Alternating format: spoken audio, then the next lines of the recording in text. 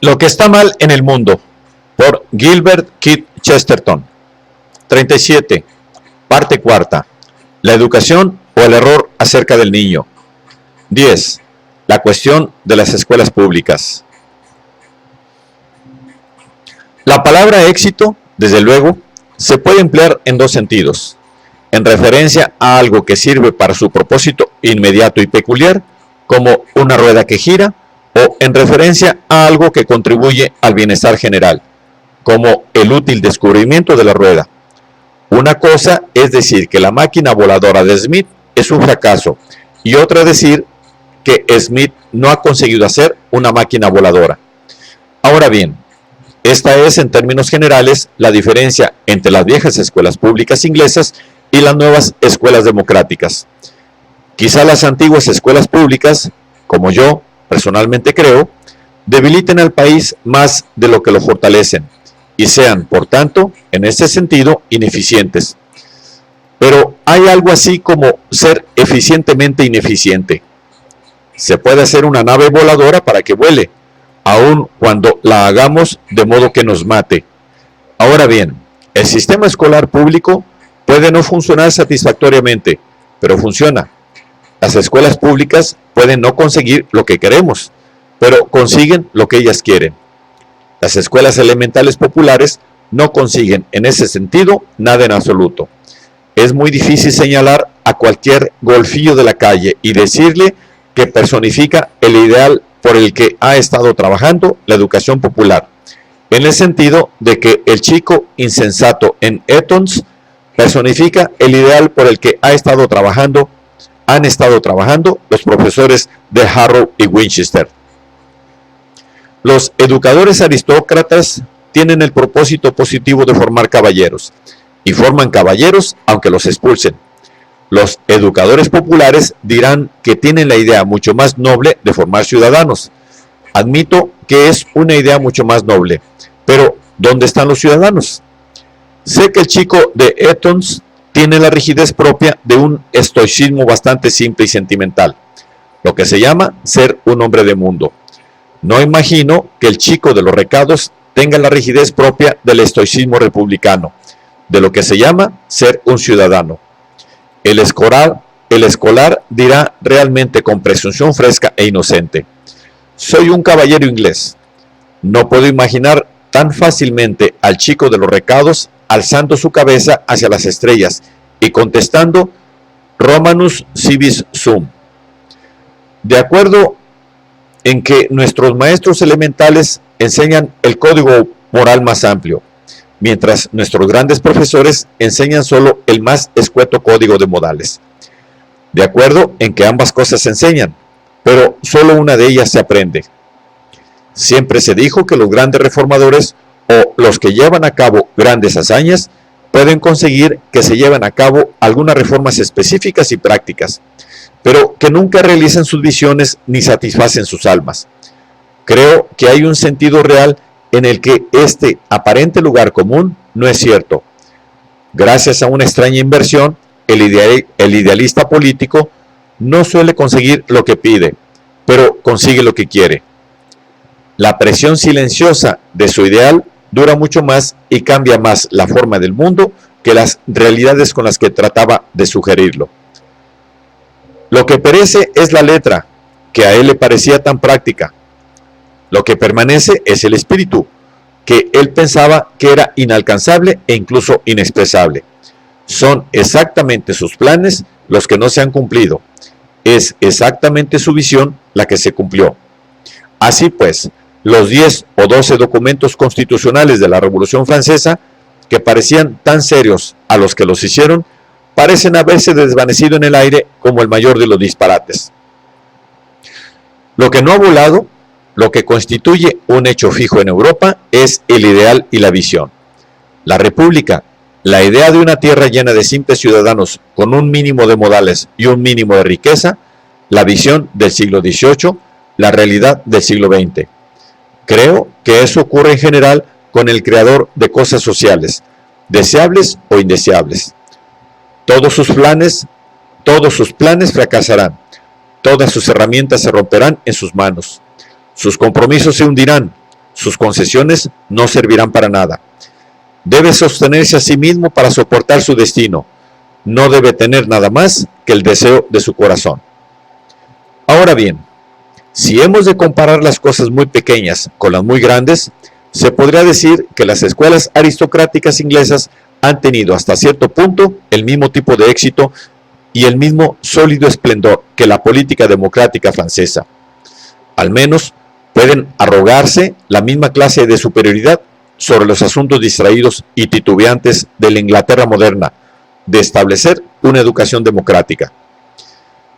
Un éxito comparable al del alumno de la escuela pública durante todo el imperio, un éxito exagerado sin duda en sí mismo, pero aún así positivo y un hecho de envergadura indiscutible, se ha debido a la importante y suprema circunstancia de que los dirigentes de nuestras escuelas públicas sabían qué clase de muchacho les gustaba. Querían algo y conseguían algo, en vez de trabajar con un estilo demasiado ambicioso, deseándolo todo y sin conseguir nada. Lo único que se cuestiona es la calidad de lo que consiguieron. Hay algo muy enloquecedor en la circunstancia de que, cuando las personas modernas atacan a una institución que realmente necesita ser reformada, siempre la ataquen por razones equivocadas. Así pues, muchos de los que se oponen a nuestras escuelas públicas, considerándose muy democráticos, se han agotado en un ataque sin sentido contra el estudio del griego. Entiendo que el griego se estime inútil, sobre todo por parte de los que están ansiosos por lanzarse al comercio feroz que es la negación de la ciudadanía. Pero no entiendo cómo puede ser considerado antidemocrático. Entiendo bastante bien que el señor Carnegie odia el griego. Se basa vagamente en la firme y razonable impresión de que en cualquier ciudad griega autogobernada le habrían matado. Pero no entiendo por qué cualquier demócrata, como por ejemplo el señor Kelch o el señor Will Crookes, yo o el señor John M. Robertson, deberíamos oponernos a que la gente aprendiera el alfabeto griego, que era el alfabeto de la libertad. ¿Por qué a los radicales les disgusta el griego? En esa lengua se escribió la primera, y el cielo lo sabe, la más heroica historia del Partido Liberal, del Partido Radical. ¿Por qué debería disgustar el griego a un demócrata, cuando la mismísima palabra demócrata es griega? Un error semejante, aunque sea menos grave, es el que se comete al atacar el atletismo en las escuelas públicas como algo que fomenta la bestialidad y la brutalidad. Pero la brutalidad, en su único sentido inmoral, no es un vicio de la escuela pública inglesa. Hay mucha intimidación moral, debido a la falta generalizada de valentía moral en el ambiente de la escuela pública. Esas escuelas fomentan por encima de la media el coraje físico, pero no se limitan a desalentar el coraje moral, lo prohíben. El resultado definitivo de esto se ve en el egregio oficial inglés, que no puede soportar ni siquiera llevar un uniforme vistoso excepto cuando está borroso y lo esconde el humo de la batalla. Esto, igual que las afectaciones de nuestra actual plutocracia, es una cosa totalmente moderna. Era algo desconocido para los viejos aristócratas. El príncipe negro hubiera pedido, sin duda, que cualquier caballero que tuviera el coraje de alzar su cimera entre sus enemigos, tuviera también la valentía de alzarla entre sus amigos. Con respecto al coraje moral, no es que las escuelas públicas lo apoyen débilmente, sino que lo suprimen con firmeza. Pero el coraje físico sí lo apoyan en conjunto, y el coraje físico es un fundamento magnífico. El inglés grande y sabio del siglo XVIII decía con razón que si un hombre perdía esa virtud, nunca podría estar seguro de conservar ninguna otra. Pero una de las mentiras modernas más mezquinas y morbosas es que el coraje físico está relacionado con la crueldad. Los seguidores de Tolstoy y de Kipling se ponen de acuerdo para sostener esta idea. Creo que han tenido alguna pequeña escaramuza sectaria entre ellos, cuando unos dicen que el coraje debe abandonarse porque está relacionado con la crueldad, y los otros mantienen que la crueldad es encantadora porque es parte del coraje. Pero esto es todo mentira, gracias a Dios.